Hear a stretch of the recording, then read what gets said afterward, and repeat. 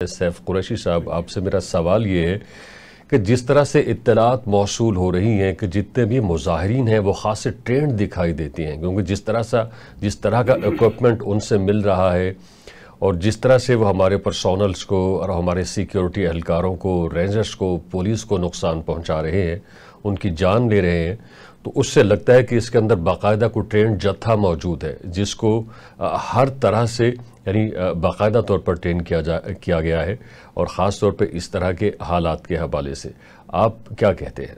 बिस्मिल्लाहिर्रहमानिर्रहीम। रमज़ान भाई, इसमें कोई शक शुबा नहीं है कि ये मिलिट्री ऑपरेशन है, ये प्रोटेस्ट नहीं है, ये सियासी प्रोटेस्ट कतई तौर पे नहीं है। ना इसका मकसद किसी को जेल से रिहा कराना है। वो समझते हैं जिन्होंने लॉन्च की है कि ये प्रॉपर रिहा कराना अदालत का मामला है और अदालती कार्रवाई के बाद ही रिहाई हो सकती है, और ना इसका मकसद कोई और पीसफुल डिमांड्स हैं। इसका वाहिद मकसद मुल्क को कमज़ोर करना, मुल्क को डिफ़ॉल्ट की तरफ धकेलना, मुल्क के अंदर बदअमनी, बेचैनी और डिस्टेबलाइजेशन पैदा करना और पाकिस्तान को झटके देना हर तरफ से। आप देखिए कि एक तो हम चारों तरफ से शदीद तरीन टेररिज्म का शिकार है। हम हर रोज़ अपने शहीदों को दफना रहे होते हैं और अभी हमें अपने शहीदों को इनके हाथों पीटीआई के वर्कर्स, वो पीटीआई के वर्कर तो नहीं हैं, वो तो फुली ट्रेंड फौजी हैं, वो तो कमांडोज हैं और थोड़े नहीं हैं, वो तो थाउजेंड्स में हैं जो इन्फिल्ट्रेट किए हुए।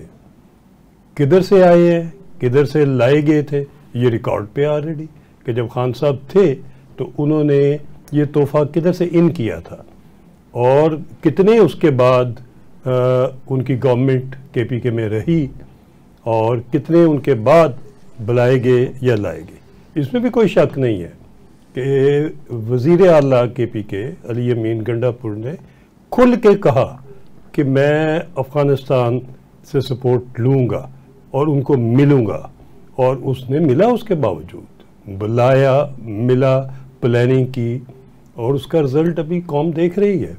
आया कौम इतनी सोई हुई है या कौम इतनी ला इल्म है?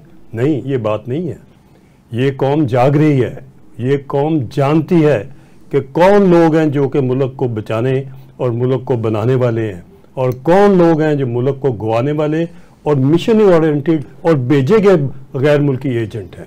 बिल्कुल वाज़ेह लाइन क्लियर हो गई है, कोई शक, कोई शुबा नहीं रह गया। ये रेंजर्स के शोहदा हम भूलेंगे नहीं जो कि पाकिस्तान की ज़मीन के ऊपर पुरअमन बग़ैर किसी गोली चलाए हुए शहीद हुए। उन पे गाड़ियाँ चढ़ाई गई, उनके सर पे शूट किया। स्नाइपर ही कर सकता है सर पे शूट, और तो कोई प्रोटेस्टेंट नहीं कर सकता, और असला इस्तेमाल किया गया। तो बाकी फ़र्क क्या रह गया गद्दारी से और मुल्क से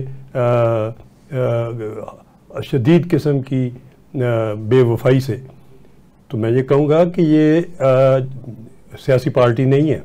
पीटीआई कोई सियासी पार्टी नहीं रह गई इस 24 के और 25 के वाक़यात के बाद। और अगर हम इसको और ढील देते रहे, हमने बहुत सारी देसी मुर्गियाँ खिला दी हैं, देसी अंडे खिला दिए, अगर हम इसको और ढील देते रहे तो ये जिन सारी कौम को और मुल्क को नुकसान पहुँचाएगा। इनको मुवक्किलों को, इन जिनों को, इन गैर मुल्की एजेंटों को और इन गैर मुल्की कमांडोज को वही तरीक़ाकार इस्तेमाल करना पड़ेगा जो सारी दुनिया के मुल्क करते हैं। ठीक है।